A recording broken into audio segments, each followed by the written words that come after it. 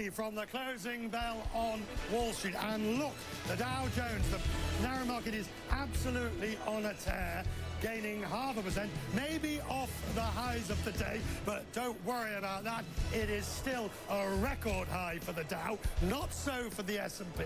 The Nasdaq is eking out just a very small loss. These are the markets, and this is the reasons and the drivers of what's driving the day. Jeff Bezos, Amazon, the workers are getting a raise, and it's being called the shot heard around the world. We've got oil prices hitting new highs as sanctions on Iran start to bite. It didn't affect the Dow. And Tesla's crazy quarter, it might actually have been profitable for the car company. I'm going to get close up and personal with the Model 3 that everybody's talking about on this program. Live from the world's financial capital, New York City, on Tuesday, October the 2nd. I'm Richard Quest. I mean business.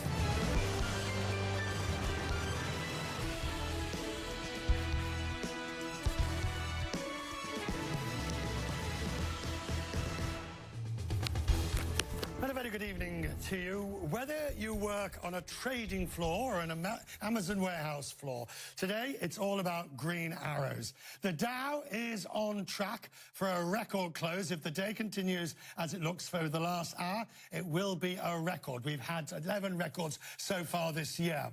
And Amazon has fired what Bernie Sanders is calling a shot heard around the world. The company is delivering a new pay package to its lowest paid employees. It's going to introduce a new minimum wage of $15 an hour for US workers. And the important thing here is hundreds of thousands will be affected. 250,000 full-time staff and 100,000 seasonal staff at Christmas will all be eligible for the minimum $15 an hour. And that's effective from November the 1st. The UK, which is also a major place and deposit for Amazon, workers there will be getting a rise.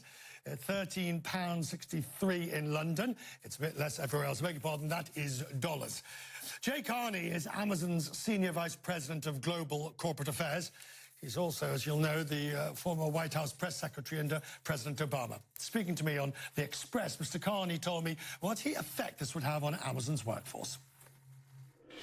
Prior to this hike, which takes effect in just a few weeks, our average hourly compensation was 15. So now the floor is 15. What this means is that 250,000 full-time employees in the United States, plus an additional 100,000 seasonal workers and part-time workers will see their wages go up, whether they're below 15 or above it. And we think this will be reflected in our next quarterly report and our guidance. But we saw an opportunity to lead here, and we're really happy about the move we're making. How much do you expect it will cost to make this change?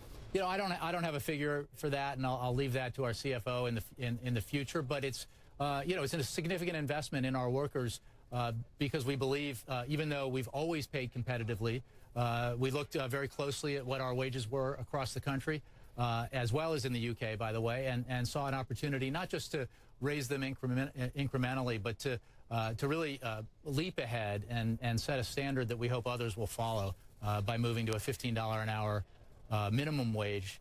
And in the UK, we're moving to £10.50 in London and £9.50 elsewhere.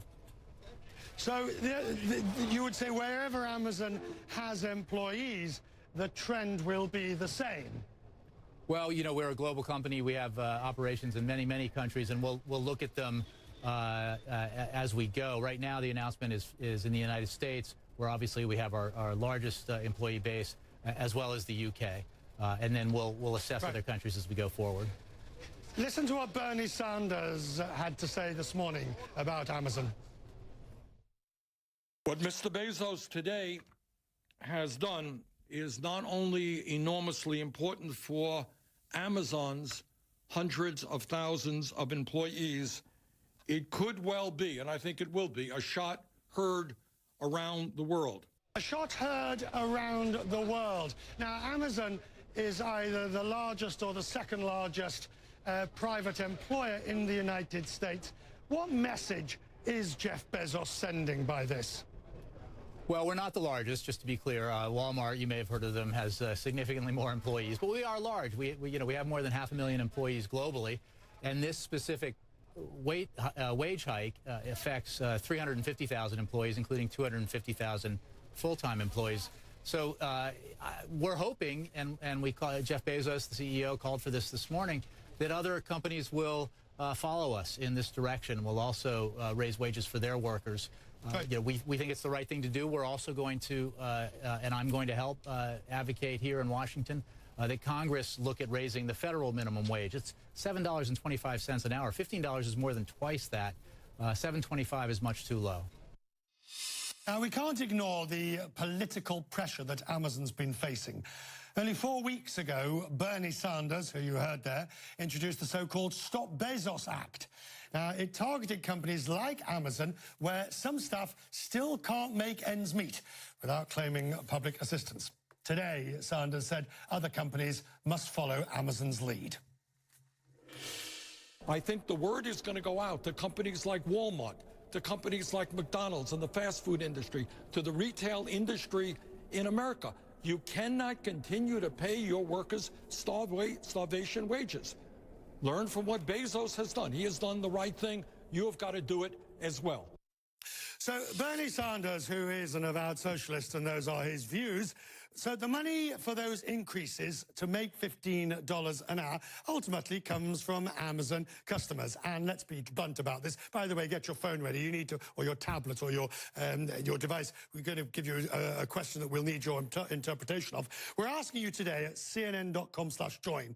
Are you willing to pay more, or will you take your place of business to cheaper sites that pay their staff lower wages? In other words, how significant is the price point when you make your purchases? Because if you're just going to go for the cheapest wherever you find it on any app, any website, then obviously you wouldn't pay more. But if you will pay more, it's because you do believe it is right. Well, you can see how to vote. CNN.com/join is where we'll show you the results in just a moment, and we will discuss them after that. For more on the political pressure that's involved, CNN's Christina Alessi is here. Interesting question, CNN.com/join, on whether or not people would pay more, because that's the reality of this.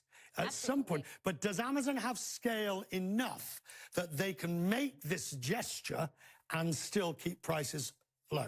Well, they do have higher margin businesses. When you look at their business overall, it's not just what you and I use to get, our shampoo every day, right? They have a storage business, they have an advertising business, and I was speaking to an investor earlier today who told me they can leverage potentially the higher margins in those businesses to subsidize some of these wage increases. But make no mistake about it, this is 60% of their workers. They have about 570,000 employees. 350 of them, I think the executive told you, will see their wages go up.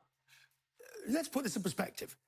The federal minimum wage is $7.25.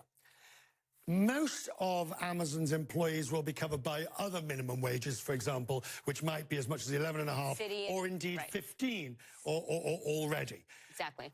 But we're still only talking $15 an hour. We're still only talking about $15 an hour. And you're right. They were under pressure, political pressure, but they're also under the pressure of a tighter job market. We're at 4% unemployment in the U.S. Where are the employees going to come from if you don't pay them more? And other retailers have done this too. We look at the Amazon share price graph because... Now, look, this goes back to 17. You're down at 964 just October 17, a year ago. So over the last year. Incredible. 1983. And what is impressive about this graph is you get these, obviously, these movements with the market. I think that was where they had a bad quarter and some results that took a tumble. But that's pretty... Usually not a problem for them to have a bad quarter, but for some reason... there's a wobble there. Right. But that, for many, was a buying opportunity. Absolutely, yeah. And you know what? I don't think this is a bad business decision, because if you think about it, if Amazon is going to go put its might to fight for a higher minimum wage. That puts pressure on its competitors, who, by the way, are also operating on razor-thin margins to raise wages for their employees. So they may have, Amazon might have a little bit more ability to go out there and put more retailers out of business. This really is the company that you love and you hate. I definitely agree with you on that. I have a big love-hate relationship. We all, I mean, not showing any bias, but we all buy from it.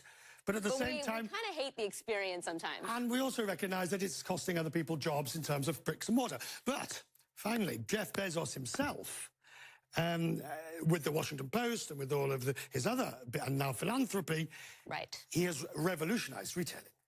He's definitely revolutionized retailing, and there is speculation that he's going to revolutionize a host of other industries, too.